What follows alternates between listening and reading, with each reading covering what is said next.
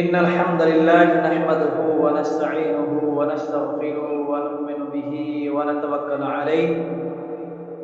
ونعوذ بالله من شرور أنفسنا ومن سيئات أعمالنا من يهده الله فلا مضل له ومن يضلل فلا هادي له أشهد أن لا إله إلا الله وحده لا شريك له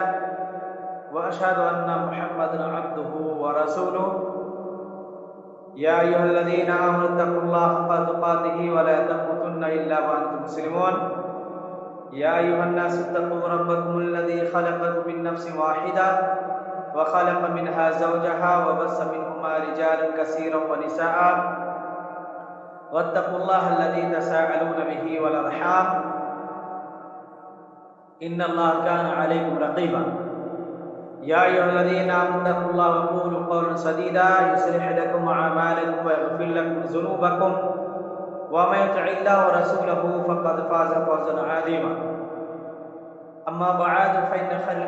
الحديث كتاب الله وخير الهدي هدي محمد صلى الله عليه وسلم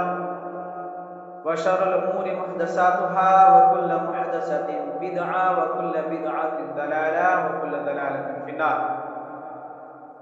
فأعوذ بالله السميع العليم من الشيطان الرجيم من همزه ونفخه ونفسه بسم الله الرحمن الرحيم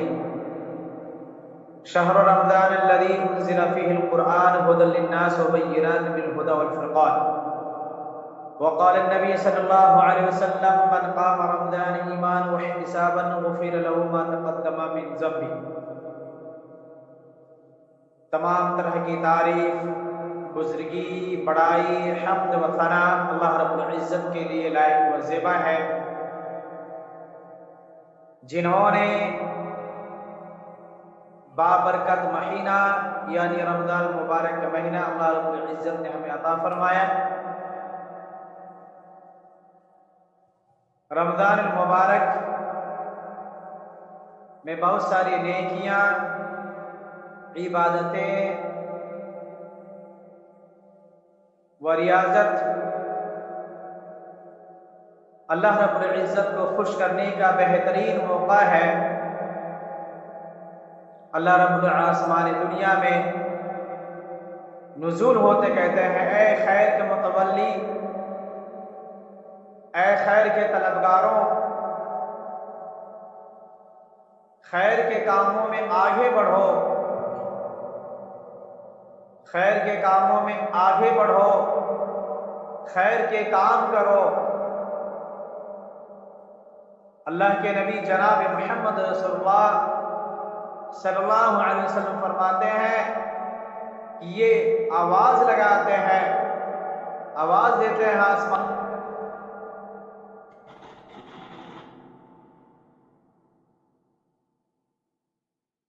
اے شر کے طلبگاروں،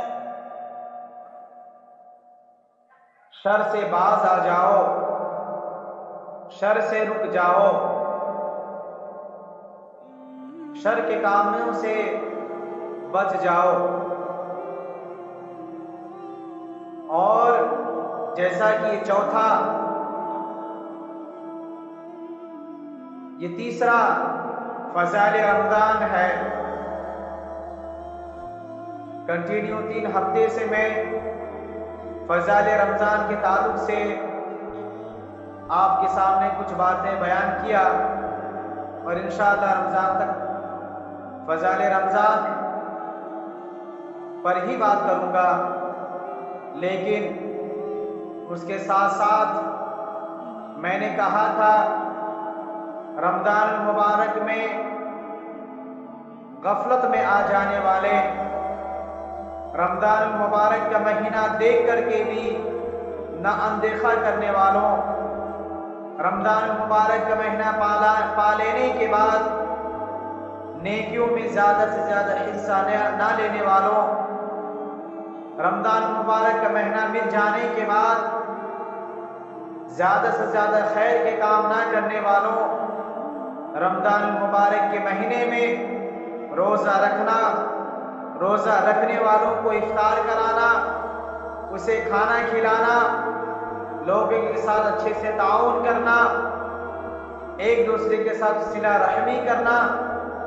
وَمِمَّا رَزَقْنَاهُمْ يُنْفِقُونَ، اللہ رب العزت نے آپ کو جو بھی رزق دیا ہے وہ چاہے تھوڑا سا ہی کیوں نہ ہو، وَمِمَّا رَزَقْنَاهُمْ، ہم نے جو تمہیں رزق عطا کیا ہے، ہم نے جو تمہیں رزق دیے ہیں ان میں سے خرچ کرنا۔ لیکن آج رمضان مبارک کے مہینے میں ان چیزوں سے ہم دور ہیں، اپنے پیٹ کو بھرنے میں لگے ہوئے ہیں۔ یہ مہاماری کا وقت ہے، کورونا وائرس ہر جگہ پھیلا ہوا ہے، لوگ مدہوش ہیں، قیامت کے جیسا ایک عالم برپا ہے، لوگ جو ہے پریشان حال ہیں، انہیں سمجھ میں نہیں آ رہا ہے کہ وہ کیا کرے۔ آج ایک انسان اچھا خاصا چلتا پھرتا ہاسپٹل جاتا ہے، ڈاکٹر اسے کورونا پازیٹیو بتا دیتے ہیں، پھر 2 دن کے بعد وہ دنیا سے چلے بھی جاتے ہیں، ان کا انتقال ہو جاتا ہے۔ پھر ایسے لوگوں کو قبروں میں اس طرح سے دفن کیے جاتے ہیں جیسا کہ کوئی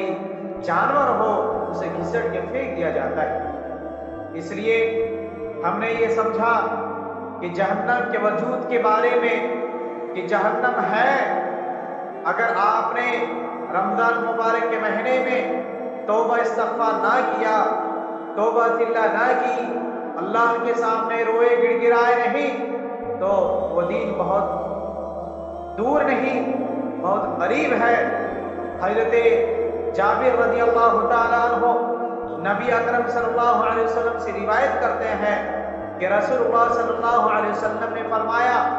میں نے تمامہ بن عمرو بن مالک کو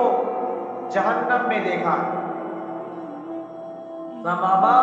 عمرو بن مالک کو ہم نے جہنم میں دیکھا کہ وہ اپنی آتیں جہنم میں گھسٹ رہا تھا، اپنے پیٹ کے بعد جہنم میں وہ اپنے آپ کو گھسٹ رہا تھا، وہ جہنم میں جل رہے تھے۔ اسی طرح سے حضرت عبداللہ بن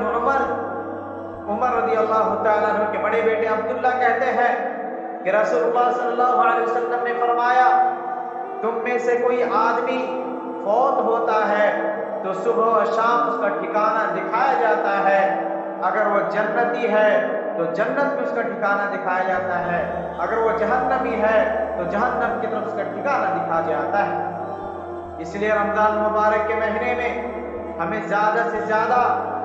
ذکر و اذکار، تلاوت کلام پاک، اللہ رب العزت کو خوش کرنے کی ہمیں کوشش کرنا چاہیے، اللہ رب العزت کو زیادہ سے زیادہ یاد کرنا چاہیے۔ رمضان مبارک کے مہینے میں ہمیں صدقات و خیرات، زکوٰۃ ادا کرنی چاہیے۔ یہی وجہ ہے حضرت معاذ بن جبل رضی اللہ تعالی عنہ جب مکہ سے روانہ یمن کی طرف ہونے لگے، حضرت معاذ بن جبل رضی اللہ تعالی عنہ کہتے ہیں کہ اللہ کے نبی نے ہمیں ایسی ایسی باتوں کی نصیحت کی، ایسی ایسی باتیں آپ بتا رہے تھے، ہمیں یہ گمان ہو رہا تھا کہ شاید سے کہ جب میں یمن سے کبھی آؤں تو اللہ کے نبی صلی اللہ علیہ وسلم سے میری ملاقات نہ ہو، اللہ کے نبی اس دنیا سے چلے جائیں۔ اور ان کا یہ شک، ان کا یہ ڈر جائز تھا۔ یہ وجہ ہے کہ حضرت معاذ بن جبل یمن پہنچے اور اس کے کچھ ہی دنوں کے بعد ہمارے نبی جناب محمد صلی اللہ علیہ وسلم اس دنیا سے چلے گئے۔ تو جہنم سے بچنے کے لیے، جہنم سے کا وجود کے لیے اللہ کے نبی صلی اللہ علیہ وسلم نے بہت سارے باتیں بتائی ہیں، لیکن حضرت معاذ بن جبل رضی اللہ تعالی عنہ جب آپ یمن چلے جاتے ہیں، آپ اس دنیا سے چلے جاتے ہیں، اللہ رب العزت اپنے رفیق اعلیٰ سے جا ملتے ہیں، خلیفہ اول حضرت ابو بکر صدیق بنتے ہیں، خلیفہ دوم حضرت عمر بن خطاب رضی اللہ تعالیٰ عنہ بنتے ہیں دوسرے خلیفہ۔ تو حضرت عمر خطاب رضی اللہ تعالیٰ عنہ ایک خط روانہ کرتے ہیں، کہاں؟ یمن کی طرف بھیجتے ہیں، کس کے پاس؟ حضرت معاذ بن جبل رضی اللہ تعالیٰ عنہ۔ اور اس خط میں کیا لکھتے ہیں؟ اے معاذ، وہاں کے مالداروں سے، جو وہاں کے مالدار لوگ ہیں، ان سے زکوٰۃ کے مال کو وصولی کرو، ان سے زکوٰۃ کے مال کو وصولی کرو اور وہاں کے غریبوں میں تقسیم کر دو، وہاں کے غریبوں میں تقسیم کر دو۔ حضرت معاذ بن جبل رضی اللہ تعالیٰ عنہ وہاں کے مالداروں سے زکوٰۃ کو وصولی کرتے ہیں، اور وصولی کرنے کے بعد وہاں جو غریب لوگ تھے، بے بس لوگ تھے، بے سہارا لوگ تھے، ان ان کو سہارا دیے، ان کو زکوٰۃ کے مال سے ان کو فائدہ پہنچوائے، زکوٰۃ کے مال سے ان کی تجارتیں کروا دیے، اور 3/4 میں سے چوتھے حصہ میں سے ایک حصہ یعنی 3 حصہ جو ہے یمن میں بانٹ دیا جاتا ہے، اور چوتھا حصہ جو ہے اللہ کے حضرت امیر المومنین عمر بن خطاب رضی اللہ تعالیٰ عنہ کی خدمت میں بھیج دیا جاتا ہے۔ مسجد نبوی کے صحن میں وہ ڈھیر لگ جاتے ہیں، حضرت عمر بن خطاب غصہ ہوتے ہیں، پھر خط بھیجتے ہیں، اے معاذ ہم نے تو یہ کہا تھا، اے معاذ میں نے تو یہ کہا تھا کہ وہاں کے مالداروں سے زکوٰۃ کو وصولی کرنا ہے اور غریبوں میں تقسیم کر دینا ہے، تو نے غریبوں کا حق مارا ہے، اے معاذ تو نے غریبوں کا حق مارا ہے۔ حضرت معاذ بن جبل رضی اللہ تعالیٰ عنہ کہتے ہیں، اے اللہ اے امیر المومنین ہم نے کسی غریب کا حق نہیں مارا، امیر المومنین ہم نے کسی غریب کا حق نہیں مارا، بلکہ وہاں پہ جو غریب لوگ تھے، جو پریشان حال تھے، ان کے مدد کر لینے کے بعد جو زکوٰۃ کے مال بچ گئے ہیں وہ آپ کے حوالے۔ دوسرا سال ہوتا ہے، دوسرے سال پھر خط بھیجتے ہیں، اے معاذ وہاں کے مالداروں سے زکوٰۃ وصولی کرو اور غریبوں میں تقسیم کر دو۔ حضرت معاذ بن جبل رضی اللہ تعالیٰ عنہ ایسا ہی کرتے ہیں، اور یہ دوسری سال آدھا کا آدھا مال مدینہ بھیجتے ہیں، اور حضرت عمر بن خطاب اور غصہ ہوئے اور پھر خط روانہ کیا، اے معاذ ہم نے تو یہ کہا تھا کہ وہاں کے مالداروں سے زکوٰۃ وصولی کرنا ہے، غریبوں میں تقسیم کر دینا ہے، یہ تو دیکھ رہا ہے کہ بہت زیادہ تو نے مال یہاں بھیج دیا ہے۔ پھر امیر حضرت معاذ بن جبل رضی اللہ تعالیٰ عنہ امیر المومنین کے خط کے جواب میں پھر خط بھیجتے ہیں، اے امیر المومنین ہم نے کسی غریب کا حق نہیں مارا، اے امیر المومنین ہم نے کسی غریب کا حق نہیں مارا، بلکہ وہ جو مال ہے غریبوں میں تقسیم کر لینے کے بعد جو مال بچ گئے تھے وہ آپ کے اپنے حوالے کیا، وہ آپ کے حوالے میں نے کیا۔ پھر تیسرے سال حضرت معاذ بن جبل کو حضرت عمر بن خطاب خط بھیجتے ہیں، اور اس میں وہی لکھا رہتا ہے، اے معاذ وہاں کے مالداروں سے زکوٰۃ وصولی کرو اور غریبوں میں تقسیم کر دو۔ اس سال کیا ہوتا ہے، تیسرے سال کیا ہوتا ہے، سارا کا سارا مال مدینہ بھیج دیا جاتا ہے۔ حضرت امیر المومنین غصہ ہوتے ہیں اور کہتے ہیں، معاذ یہ تو نے کیا کیا، غریبوں کا حق مار کے سارا مال مدینہ بھیج دیا ہے، اے معاذ تو نے بہت بڑی غلطی کی ہے۔ حضرت معاذ بن جبل رضی اللہ تعالیٰ عنہ امیر المومنین کا خط کو پاتے ہی بے قرار ہو جاتے ہیں، اور خط کے جواب میں لکھتے ہیں، اے امیر المومنین اس اللہ کی قسم، اس ذات کی قسم، رب کعبہ کی قسم کھا کے کہتا ہوں، اللہ کے اے امیر المومنین یمن میں اب کوئی بھی غریب نہیں بچا، کوئی بھی غریب نہیں بچا۔ یہ صدقہ، یہ زکوٰۃ کا سسٹم ہونا چاہیے۔ آج ہمارے گھر میں زکوٰۃ کا اگر رقم نکلتا ہے، زکوٰۃ کا جو مال ہوتا ہے، تو فلاں بندہ آیا تو 100 روپے تھما دیا، فلاں بندہ آیا تو 150 روپے تھما دیا، کوئی اور اس سے اچھا آیا تو 200 روپے تھما دیا، اس سے کوئی اچھا آیا تو 500 دے دیا، 1000 روپے دے، جیسا آتا ویسا ان کو دے دیتے۔ نہیں، زکوٰۃ کا ایک سسٹم ہونا چاہیے، کوئی مسلمانوں کے بیت المال ہونا چاہیے، وہاں زکوٰۃ کے مال جمع ہونا چاہیے، اور ہمارے معاشرے میں، ہمارے سوسائٹی میں ہمارے غریب مسلمان بھائی کون ہے جو تجارت کرنا چاہتے ہیں، کون ہے جو پریشان حال ہے، اگر وہ پریشان حال ہے تو ہم اپنے زکوٰۃ کے مال سے ان غریب مسلمان بھائی کا مدد کریں، تاکہ اور زکوٰۃ کے مال کے علاوہ خود پرسنلی اپنے پیسے سے ان بھائی کی مدد کرے، تاکہ وہ بھائی آئندہ سال لینے کے بجائے دینے والا بن جائے، وہ اللہ وہ زکوٰۃ لینے کے بجائے دینے والا بن جائے۔ اسلام کا سسٹم ہے۔ آج ہم نے یہ سسٹم کو ختم کر دیا ہے۔ ہر جگہ لٹیرے بیٹھے ہیں، مسجد کے نام سے لٹیرے بیٹھے ہیں، مدرسے کے نام سے لٹیرے بیٹھے ہیں، اور پوتی لے کر کے مولانا گھومتے رہتے ہیں کہ ان کو اگر 1 لاکھ کی ضرورت ہے سالانہ، وہ 10 لاکھ میں لے کے چلے جائیں گے۔ لوگ کہتا رہے کہ بھائی اتنی کی ضرورت ہے، اتنی ضرورت، اور وہ پورا لے لیتا ہے۔ ایک دن وہ سائیکل میں چلتا ہے، پھر دوسرے دن وہ موٹر سائیکل میں چلتا ہے، پھر اس کے بعد وہ 4 ویلر میں چلتا ہے، ایک دن وہ کرائے سے رہتا ہے، دوسرے دن بنگلہ کا مالک ہوتا ہے۔ ایسا کیوں ہے؟ آج اس سسٹم کو ہمیں لگام لگانا چاہیے، اس پہ ہمیں سوچنا چاہیے کہ ہمارے آج ہم مدرسے مسجد میں دے رہے ہیں، وہاں سے کیا کام ہو رہا ہے؟ کوئی دین کا کام ہو رہا ہے؟ کون سا کام ہو رہا ہے؟ مسلمان کے غریبی ختم ہو رہے ہیں؟ ایجوکیشن میں کتنا آگے ہیں مسلمان؟ وہ ایجوکیشن کی لائن میں کتنا بڑھ رہے ہیں؟ دینی تعلیم کتنا حاصل کر رہے ہیں؟ ہمیں چاہیے کہ ان پیسوں سے بہترین اسکولوں کی تعمیر کرنا چاہیے، بہترین اچھے سے اچھے کالج بنانا چاہیے، تاکہ وہاں پہ ہمارے بچے پڑھیں اور دین اور دنیا دونوں کو حاصل کریں، تاکہ ہمارے جیسے لوگ جو مدرسے سے صرف علم حاصل کر کے آئے اور 2000 5000 کے لیے وہ مسجد مدرسے کو چوکھٹ پہ جا کر ٹھوکریں کھاتے رہے، نہیں، ہمارا ایسا سسٹم ہونا چاہیے کہ ہم زکوٰۃ کے پیسوں کو ایسی جگہ لگانا چاہیے جہاں پر ہمارے مسلم سوسائٹی ہی نہیں بلکہ جو غیر قوم ہے وہ بھی ہمارے پیسوں سے فائدہ اٹھائے۔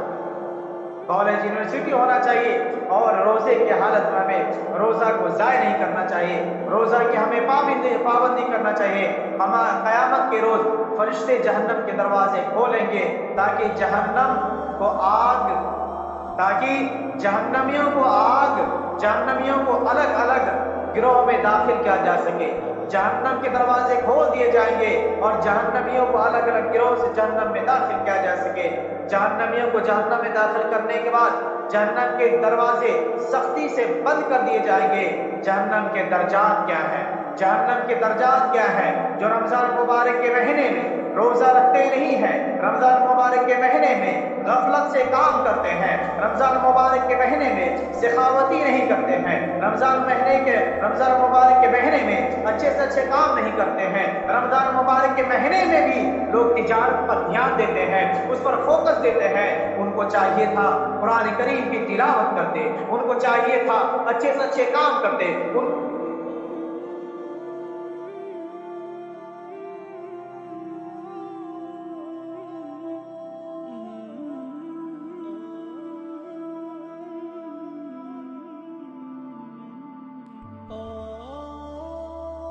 مبارک کے مہینے میں ہمیں زیادہ سے زیادہ ان چیزوں میں دھیان دینا چاہیے۔ جہنم کے درجات کیا ہیں؟ جہنم کے مختلف درجات ہیں۔ سب سے نچلے درجے میں شدید ترین عذاب ہوگا اور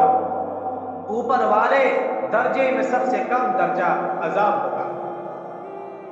یعنی جو نیچے والا ہوگا وہ سب سے بھیانک عذاب ہوگا۔ حضرت عباس بن عبد المطلب رضی اللہ تعالیٰ سے روایت ہے،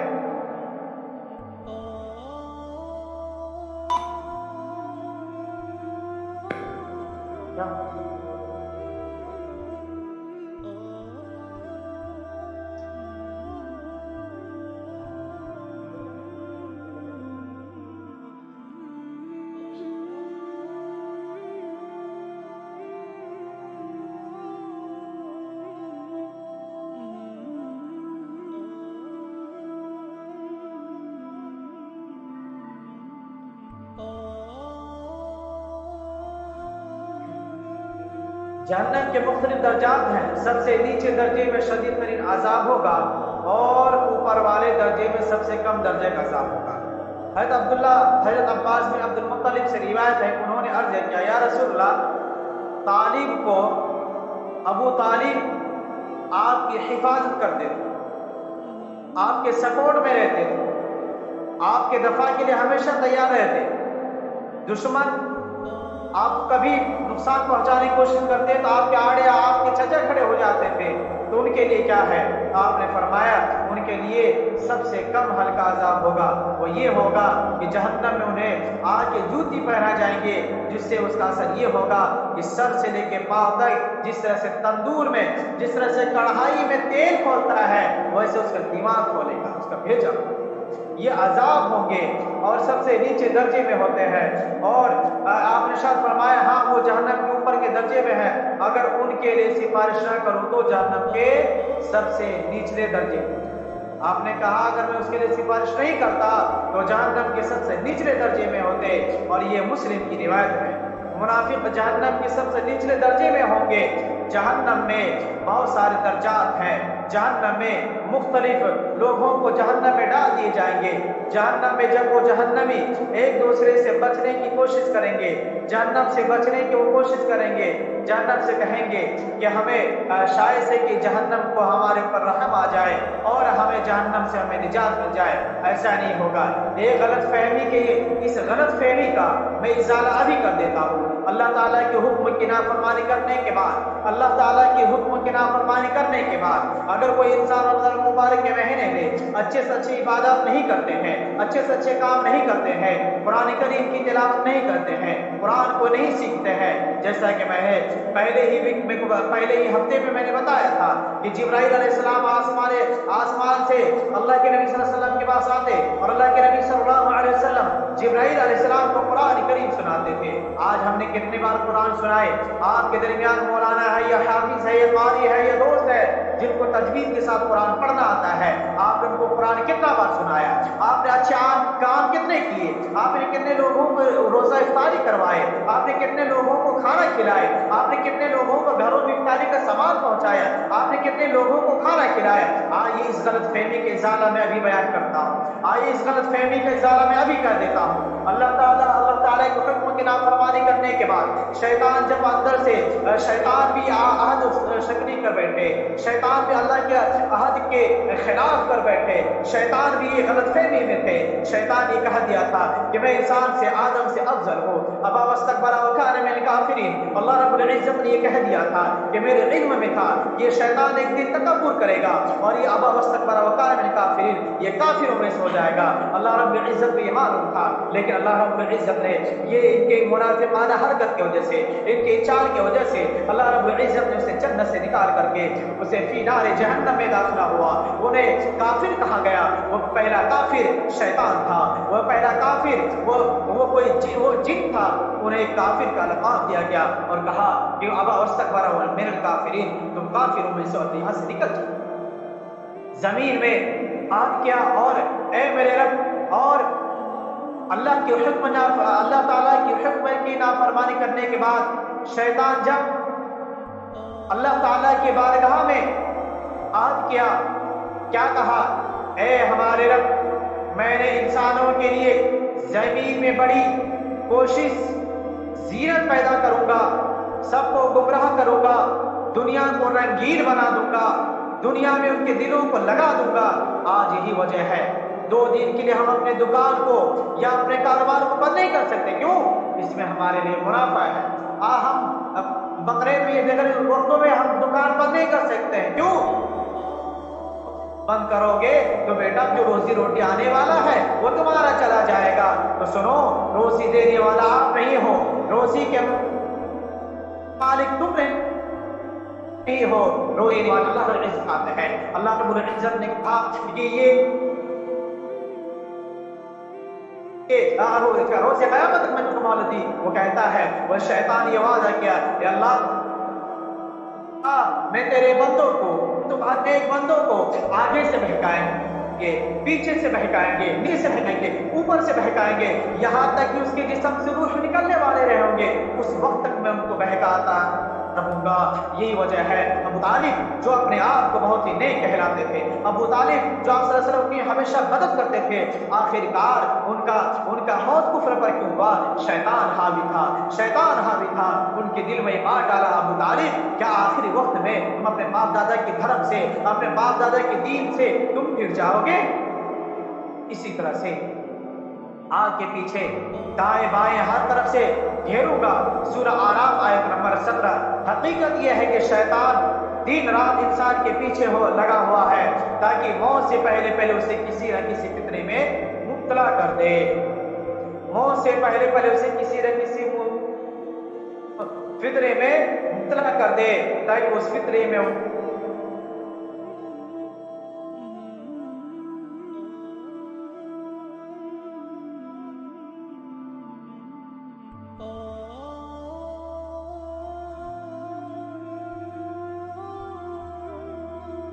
وہ شرک کر بیٹھتا ہے۔ اس میں شک نہیں کہ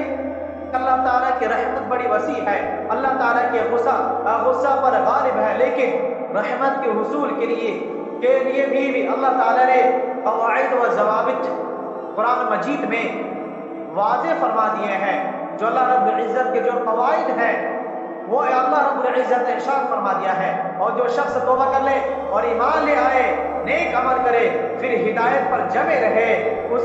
کے لیے اس میں بڑی بخشش ہے، ان کے لیے نجات ہے۔ اور توبہ، اگر کوئی شخص اگر کوئی شخص پہلے کفر اور شرک میں مبتلا تھا، اگر کوئی انسان شرک اور کفر میں مبتلا تھے اور وہ ان چیزوں سے توبہ کر لیتا ہے، وہ شرک اور کفر سے توبہ کر لیتے ہیں، وہ انسان کامیاب ہو جائیں گے، وہ انسان کامیاب ہو جائیں گے۔ لیکن رمضان مبارک کے مہینہ پا لینے کے بعد اس کے باوجود انسان اپنے آپ کو جہنم سے بچانے کی کوشش نہ کرے، تو آئیے میں ان لوگوں کے بارے میں بتاؤں جو کچھ مدتوں کے لیے جہنم میں جائیں گے۔ مذکورہ عنوان سے کتاب میں یہ بات شامل کیا جا چکا ہے، یہ بات آپ کے سامنے میں پیش کرنا چاہتا ہوں اس مسلمانوں میں، جس میں ان مسلمانوں کے جہنم جانے کا ذکر ہے جو بعض کبیرہ گناہوں کی وجہ سے پہلے جہنم میں جائیں گے اور اپنے گناہوں کی سزا بھگتنے کے بعد، اپنے گناہوں کی سزا بھوگ لینے کے بعد، وہ اپنے گناہوں کو پورا مکمل کر لینے کے بعد ان کا داخلہ جنت میں ہوگا۔ مذکورہ بات کے لیے صرف انہی احادیث کے انتخاب میں کرنا چاہتا ہوں جس میں اللہ کے نبی صلی اللہ علیہ وسلم کی صاف صاف ارشادات ہے۔ آپ نے فرمایا کتاب النار مرتب کرنے کا مقصد صرف یہ ہے کہ لوگ جہنم کے عذاب عقائد سے آگاہ ہوں اور اس سے بچنے کے حتی الامکان کوشش کرے کہ اس کے لیے ضروری تھا کہ لوگوں کو ان تمام قواعد سے بھی آگاہ کیا جائے جو جہنم میں جانے کا باعث بن سکتے ہیں۔ اس کے لیے ہم کسی طویل بحث میں پڑے بغیر امام ذہبی رحمۃ اللہ کی کتاب الکبائر سے کبیرہ گناہوں کی فہرست میں سے آپ کو میں کچھ باتیں بتاؤں جو کبیرہ گناہ ہے جس کے معافی نہیں ہے۔ ان میں سب سے پہلا شرک ہے، نمبر 2 پہ ہے ناحق قتل کرنا، نمبر 3 پہ ہے جادو کرنا، نمبر 4 پہ ہے نماز کا ترک کرنا، نمبر 5 پر ہے زکوٰۃ کا ادا نہ کرنا، بلا عذر رمضان کے روزے کو ترک کر دینا 6 نمبر پر، 7ویں نمبر پر استطاعت کے باوجود انسان کے پاس اتنا پیسہ ہے جس کے باوجود وہ حج نہیں کرتا ہے، یہ کبیرہ گناہ ہے۔ والدین کی نافرمانی کرنا، 8واں قطع رحمی کرنا، 9واں 10واں زنا کرنا، 11واں قوم لوط جیسے ہم جن سے یعنی لڑکا لڑکے سے تعلقات قائم کرنا اور سود لین دین کرنا، سودی معاملات میں گواہی دینا یا لکھوانا یہ گواہی کے لیے پیش کرنا، 12 اور اسی طرح سے یتیم کا مال کھانا، اور اسی طرح سے اللہ اور اس کے رسول کے نام کی جھوٹی بات منسوخ کرنا، یہ کہنا ہے کہ اللہ کے نبی صلی اللہ علیہ وسلم کی یہ حدیث ہے، یہ اس طرح سے بات کی منقول کرنا، میدان جہاد سے بھاگنے والا، حاکم کا رعایا پر ظلم کرنے والا، اگر کوئی حاکم ہے کوئی بادشاہ ہے اپنے رعایا پر اپنے رعایا پر اگر وہ ظلم کرتا ہے یہ بھی کبیرہ گناہ ہے۔ نمبر 17 میں ہے تکبر، غرور، گھمنڈ کرنا، جھوٹی گواہی دینا، جھوٹی قسم کھانا، جوا کھیلنا، پاک دامن عورت پر تہمت لگانا، مال غنیمت میں خیانت کرنا، چوری کرنا، ڈاکہ ڈالنا، شراب پینا، ظلم کرنا، ٹیکس وصول کرنا، اور 32 حرام کھانا، اور 30 خودکشی کرنا، جھوٹ بولنا، اور 35 کتاب سنت کے فیصلے کے خلاف ورزی کرنا، یعنی ہمارے باپ دادا نے کیا بس ہمارے باپ دادا نے جو کیا وہی ہے، باقی سب بس ہے، اور حرام کھانا، اور اسی طرح سے رشوت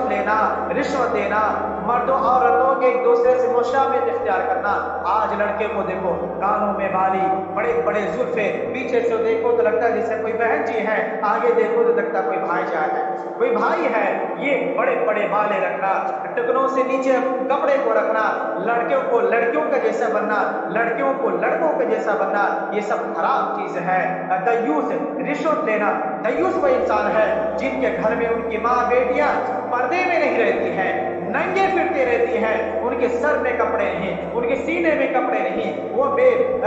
دھڑلے سے کچھ بھی کہتی ہے اور بے لگام کی طرح کچھ بھی کہتی ہے، اور ان کے جو گھر کے قوام ہے وہ اپنے بیوی اپنے بچوں کو نہیں سنبھالتے، ان کو نہیں ڈانٹتے ہیں، وہ دیوس ہے، اور دیوس جنت میں داخل نہیں ہو سکتا ہے۔ اور حلالہ نکالنا یا نکلوانا، حلالہ کرنا یا کروانا، پیشاب سے اجتناب نہ کرنا، بہت سارے لوگ کھڑے کھڑے پیشاب کر دیتے ہیں، یا بیٹھ کے پیشاب کرتے ہیں اس کے جسم میں چھینٹا پڑ جاتا ہے، اس کا کوئی اثر نہیں ہوتا ہے۔ اس چیزوں سے ریا